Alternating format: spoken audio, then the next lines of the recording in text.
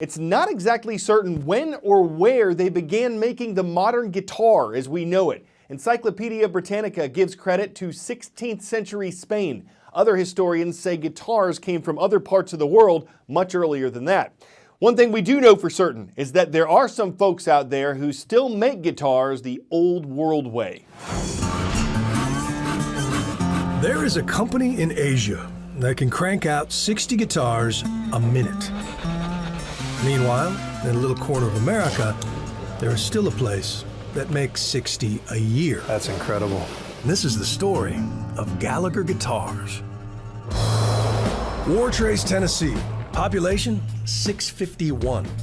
Half a century back, this shop was home to a talented cabinet maker named J.W., but he was itching for a new way to show off his skills with wood. You only get so much mass enjoyment out of a really nice dresser, right? That's true, because a musical instrument has a soul to it. So as his son Don tells it, J.W. switched to guitars, and a couple years later, he built two.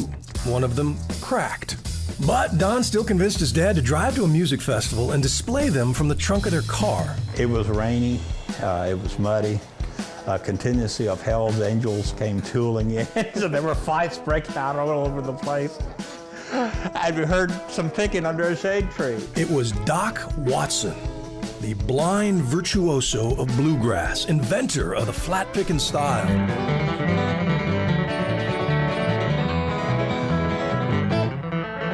J.W. screwed up his courage, walked over to the master, and offered up his rookie creation. He really liked the sound of the guitar, and Dad says, well, you know, I'm sorry, it's got a crack in it, we can't really sell it. And Doc's response was, well, shucks, son, it's the sound I'm interested in. I can't see the crack anyhow. That guitar became Old Hoss, toured the world, and put Gallagher on the map. But despite the buzz, they've only made a few thousand since. Same spot, same method. The sweat of your brow is literally in every neck. Absolutely, yeah, sometimes blood if you slip up. And yet their basic model sells for around $3,000, cheaper than some comparable factory guitars. Their marketing plan? Word of mouth. Their bookkeeping software? An actual book. They have survived knockoff counterfeiters and takeover bids and exotic wood shortages.